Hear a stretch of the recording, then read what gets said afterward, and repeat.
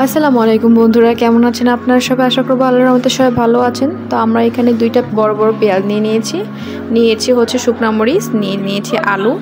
এবার ভালো করে একটা আলু ভর্তা তৈরি করে দেখাবো। আলুটাকে ভালো করে লবণ দিয়ে আগে থেকে সিদ্ধ করে নিয়েছি। এখানে প্রায় আধা কেজির মতো আলু আছে।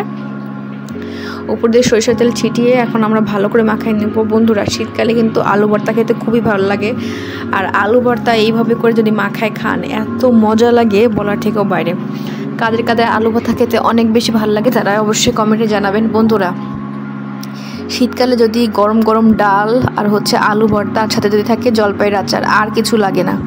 তো আমরা এখন আলু ভর্তা করতেছি, ডাল আগে থেকেই ছিল, আর জলপাই আচারটা বের করে আজকে ভাতটা খাবো, মানে একদম বাঙালি খাবার। দিকে বাইরে সেই রকম ঠান্ডা পড়ছে আর কুয়াশাতে চারিপাশটা একদম ভরে গিয়েছে। তো আমরা আজকে ভর্তাটা খাবো, একটা ইউনিক একটা একদম ট্রেডিশনাল স্টাইলে আজকে ভর্তাটা খুবই মজা লাগে, একদম গ্রামের নানি দাদির হাতের মতো ভর্তাটা। খুব ভালো করে মাখায় নিব। দেখুন কতটা সফট হয়েছে, সেরকম জুসি হয়েছে। এমনিতেই শীতকালীন সবজি বলেন যা খান না কেন এত মজা লাগে বলার থেকেও বাইরে। আর আমার হচ্ছে আম্মু আজকে গরু মাংস রান্না করেছিল, তো গরু মাংসের সাথে কিন্তু এই ভর্তাটা আরও বেশি যায়। আমরা এখানে 1 চামচ পরিমাণ মশলা দিয়ে দিব। কখনো কি এভাবে মশলা দিয়ে ভর্তা খেয়েছেন? যদি না খান অবশ্যই আজকের ভিডিওটা কিন্তু আপনাদের জন্য বন্ধুরা।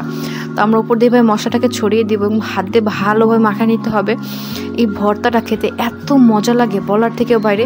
কখনো যদি এভাবে আলু ভর্তা না খেয়ে থাকেন একবার অন্তত ট্রাই করতে পারেন। এইভাবে আলু ভর্তাটা খুবই মজা লাগে আর খুবই টেস্টি। তা আমরা এইভাবে ভর্তাটা করে ফেলতেছি, এখন আচারও বের করে ফেলবো ইনশাল্লাহ। আর হচ্ছে ডাল মাংস দিয়ে একদম জমে যাবে। আর ভর্তাটা এতটা মজা হয়েছিল, এতটা জুসি হয়েছিল বলার থেকেও বাইরে।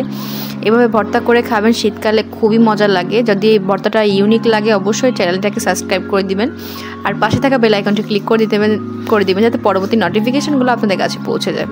তো আমাদের ভর্তা অলমোস্ট রেডি হয়ে গিয়েছে। উপরে 1 পিস গরু মাংস দিয়ে ভর্তাটা সার্ভ করলাম। কেমন লাগলো বন্ধুরা আজকের ভিডিওটা অবশ্যই কমেন্টে জানাবেন।